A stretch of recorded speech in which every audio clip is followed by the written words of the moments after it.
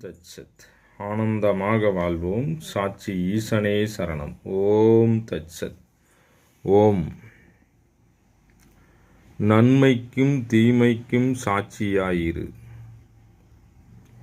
வெற்றிக்கும் தோல்விக்கும் சாட்சியாயிரு.